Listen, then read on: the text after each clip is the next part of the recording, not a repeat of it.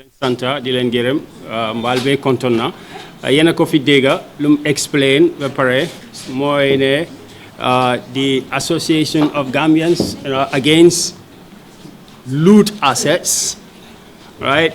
There are loot assets and a lot of things going on in town, but you know, xam ngeen ne lu ko gën a taxamu jóg nit yi jóg ba di wax mooy report boo xam ne génn na leeral boo xam ne omput kenn ci Gambian bi ne njuut jaar na ci affaire yi assets of Yaya Jammeh how naka lañ ko disposer parce que Jaane commission moo daan investigate ba pare nga am assets yoo xam ne nguur bi decide ne dinañ ko jaay loolu nag nu mu demee moom lañ nettali by the Republic newspaper bu ñoo wax Republic ba dëkk bi yëpp di laajte lii naka la mun a xewee ñun tam dafa mel ni loolu moo ñu tax a jóg man moom xam ngeen ne maa ngi ci woon for 8 years di ko wax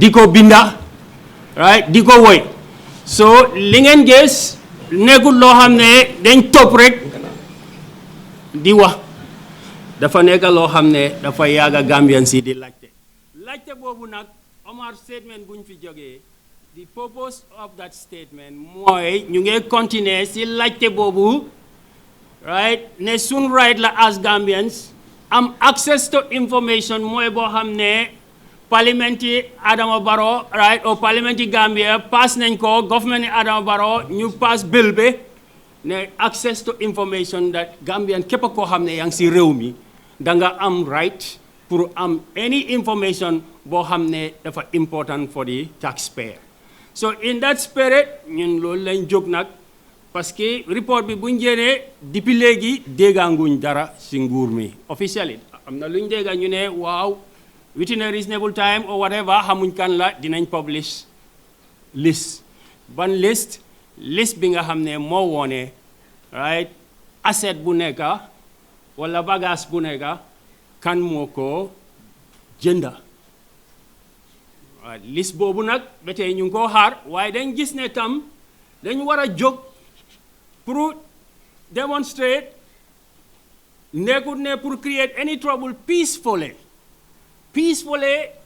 right si jàmma right ak naka si jàmma ak si lu dem si yoon pour wone Gambian si ne am na loo xam ne am na soxla si ñun ñëpp xam ngeen ne report bi bu mu génnee ba Tambadou justice minister waxoon na ne assets yu fa nekka ci report bi dem na almost 300 plus properties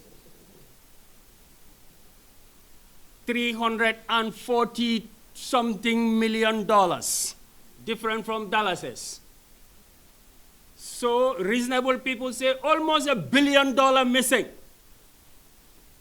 ñun ñu ne is a generational wealth. That is a generational wealth.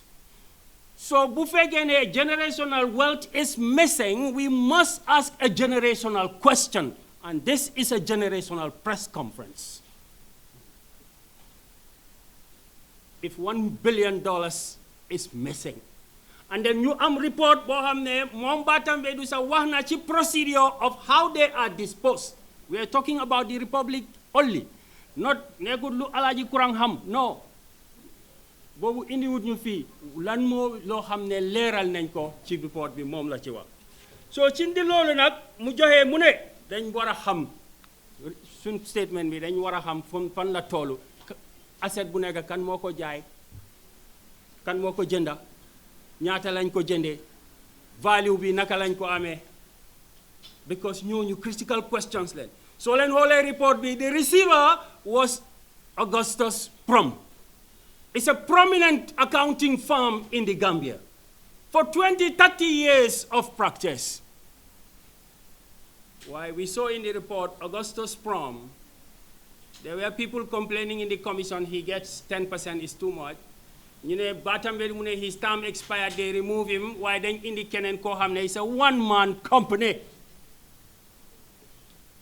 How can a one-man company dispose of all the assets of a generation? Alpha Capital, established in 2017, started selling 1 year later $1 billion of assets. There are questions to be answered.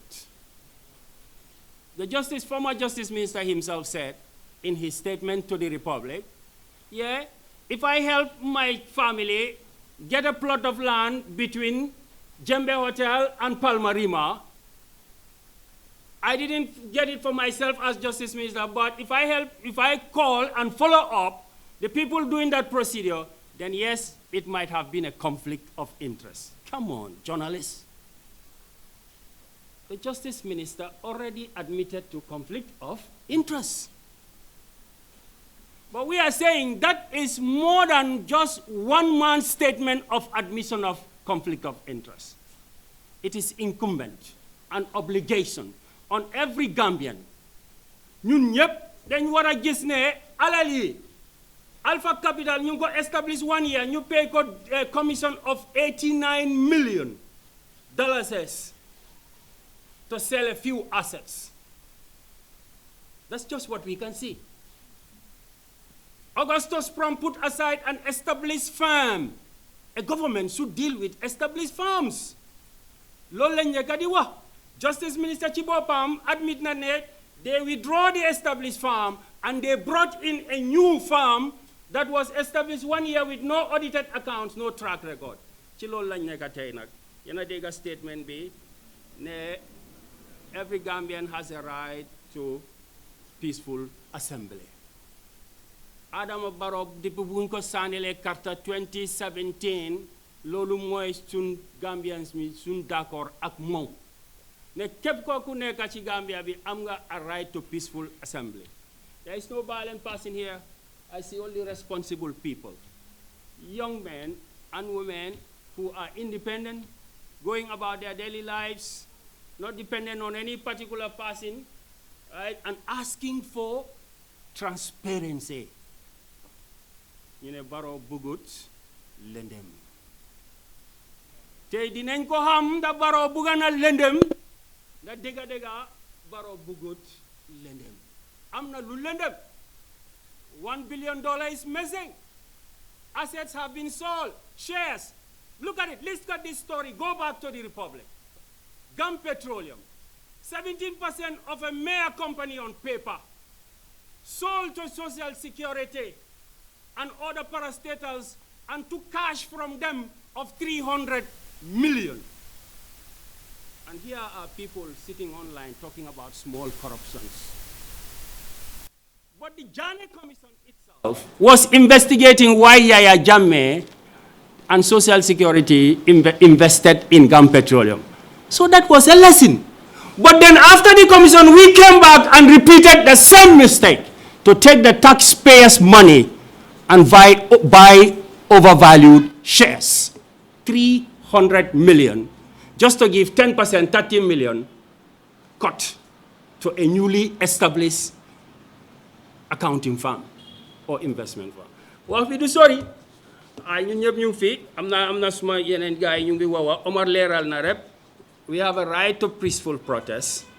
There's peaceful protest bi su fekkee ne daf ñoo sonal sa Gambians yi ñu fa war nañ koo dégga above this room. The guy, the villager in Wellingara should know what is happening. That we have an inheritance of a whole generation. All the TDA is your inheritance. There are more questions to be answered. Thank you very much.